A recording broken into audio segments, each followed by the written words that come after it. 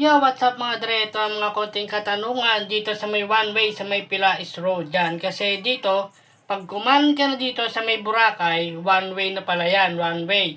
Hanggang Tagusan, papuntang Quirino. Pero ang tanong, pwede po ba sumalubong yung mga 2 wheels at 3 wheels papunta dito sa may Boracay pag galing kang Quirino? Kasi yung ibang nagta-tricycle driver, nag-iiyakan. Kaysa nga one way na. Paano nga naman sila, ng mga 3 wheels at 2 wheels, kung pasok sila o hindi? Kasi sa may Santo Niño, meron din ganyang senaryo. Pero pasok naman doon yung mga 3 wheels at 2 wheels. Pwede sumalubong.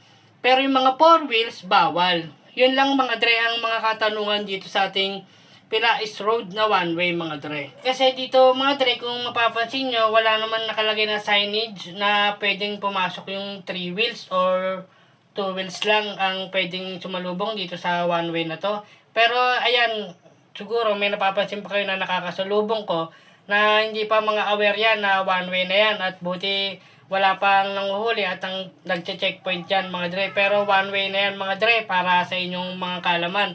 Ang inaano lang natin dito kung pwede sumalubong yung 3 wheels at 2 wheels. Pero ang 4 wheels dapat bawal na talaga. Yun lang mga dre.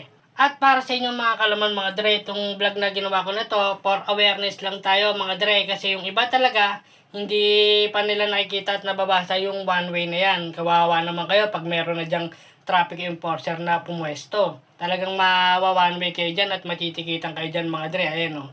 Ganyan lang nakalagay, no? Entry, one way.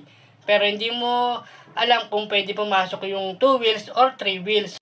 So, paano mga dre, itong vlog natin na to, for awareness lang po na ang Pilais Road ay one way na po para malaman po ng lahat. At hindi kayo mabigla kung meron man traffic enforcer dyan na nakatayo or manikit sa inyo pag kayo pumasok dyan. Kasi one way na po dyan mga boss, amo, manager. Yun lang.